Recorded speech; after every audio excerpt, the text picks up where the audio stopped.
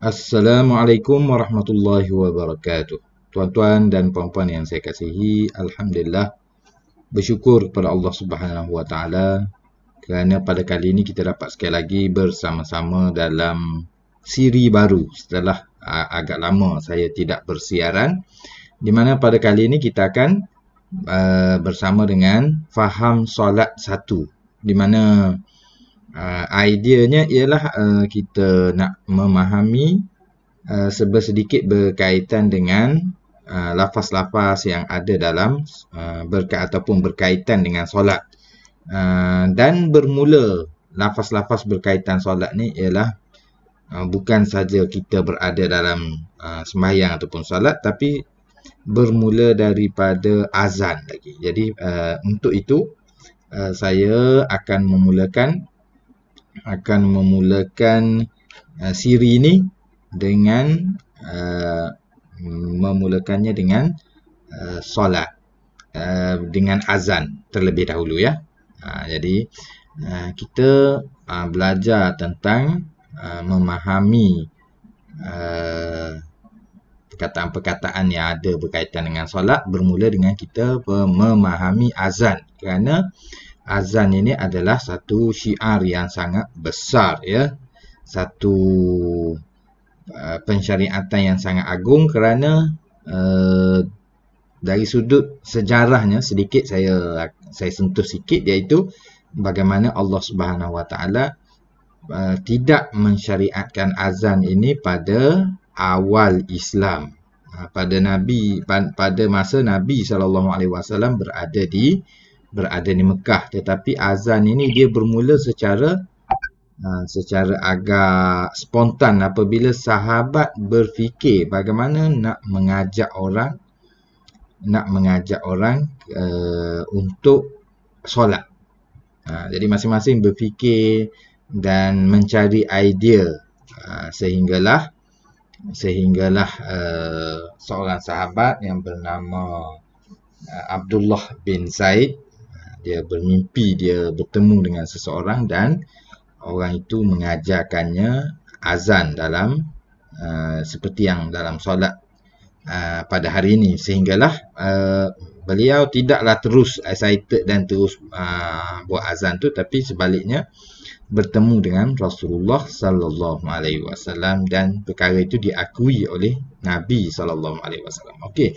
Jadi apakah lafaz azan? Pertama sekali kita lihat makna perkataan azan itu sendiri.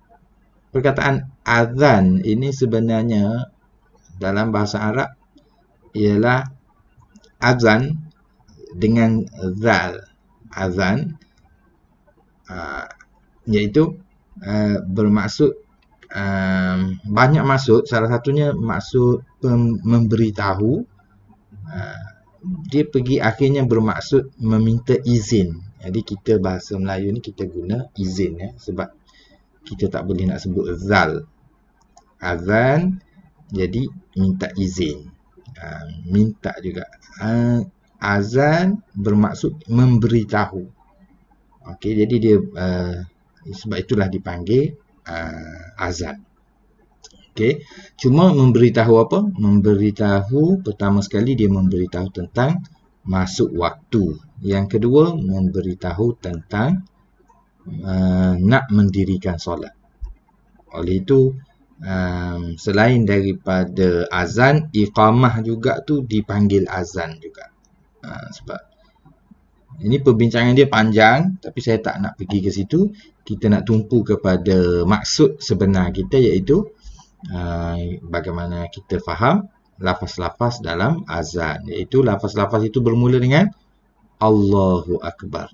Okey, jadi seperti biasa saya rasa daripada siri yang pertama dulu kita pun telah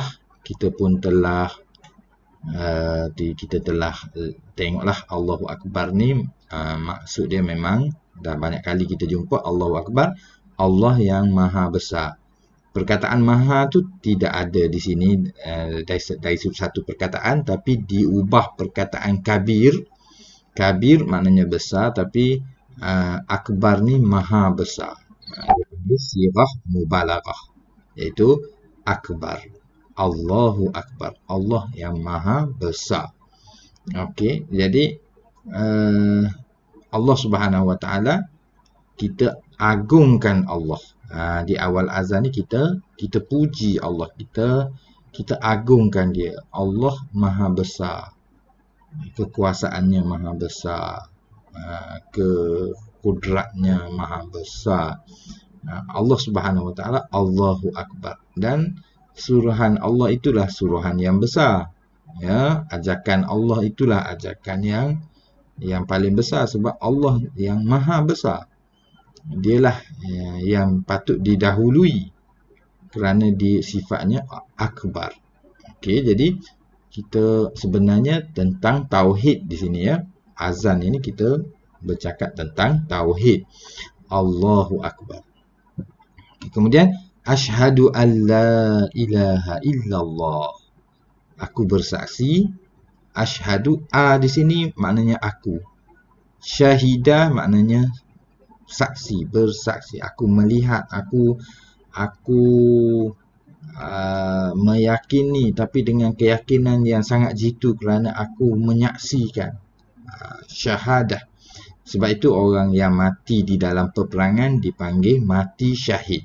Syahid di situ maknanya saksi, iaitu dia menyaksikan peperangan. Dia mati dalam keadaan menyaksikan. Jadi dipanggil mati syahid. Asyhadu an la ilaha illallah. Aku bersaksi bahawa tidak ada Tuhan kecuali Allah. Jadi ini masih lagi Allahu Akbar. Jadi azan nak ajak orang pergi sembahyang, tapi simbolik disebut Allahu Akbar. Allah yang maha besar. Maksudnya ajakan inilah ajakan yang paling besar. Sebab Allah ini ajakan Tuhan. Tuhan ajak kita suruh pergi, maka dia menjadi sesuatu yang besar. Asyhadu an la ilaha illallah. Aku bersaksi bahawa tidak ada Tuhan kecuali Allah. Jadi semua orang Islam faham dengan lafaz ini ya.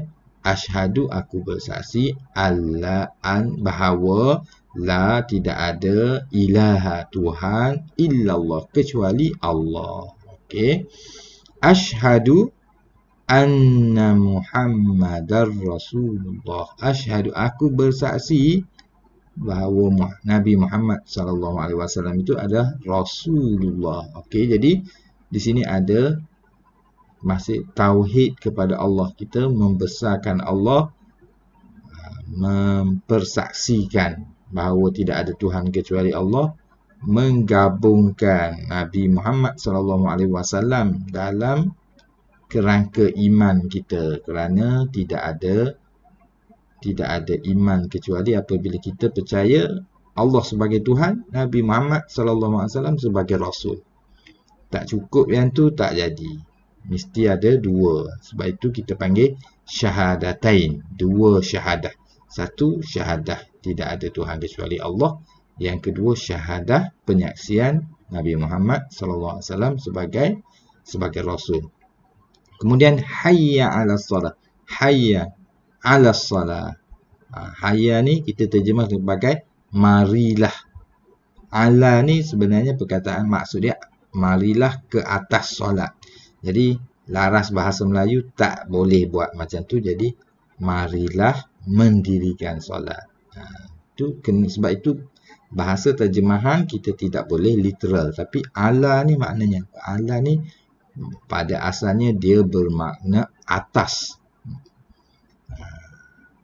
Jom atas solat. Marilah atas solat. Marilah solat. Boleh faham. Kita tak panggil mari atas solat.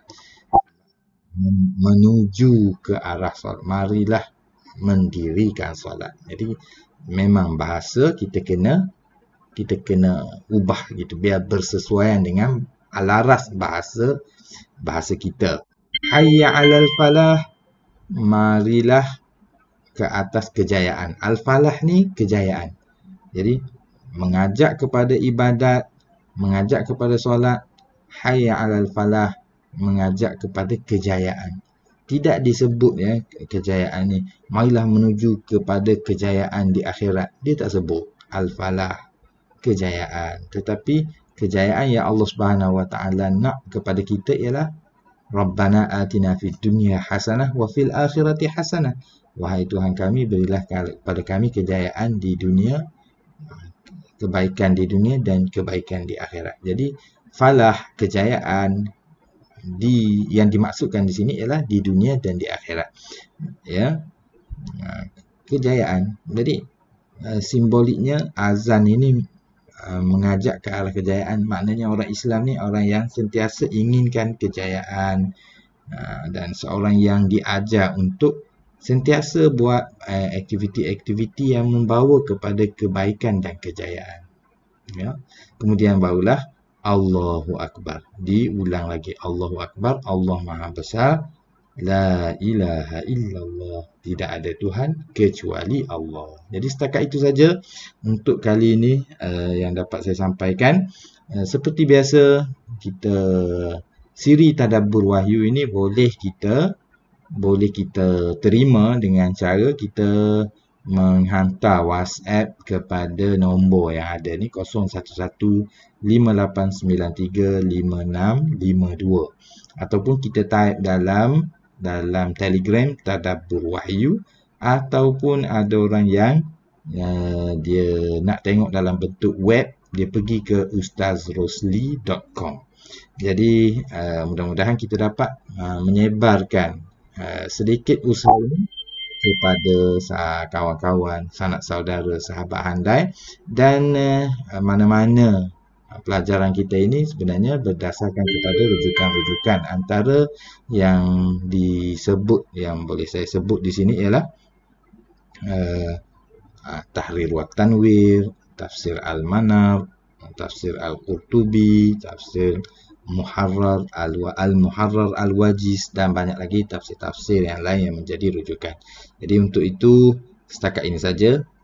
Selamat berpuasa saya ucapkan kepada pendengar. Mudah-mudahan puasa kita menjadi puasa yang diterima oleh Allah Subhanahu Wa Taala. Saya sudahi dengan wabillahi taufiq wal hidayah. Wassalamualaikum warahmatullahi wabarakatuh.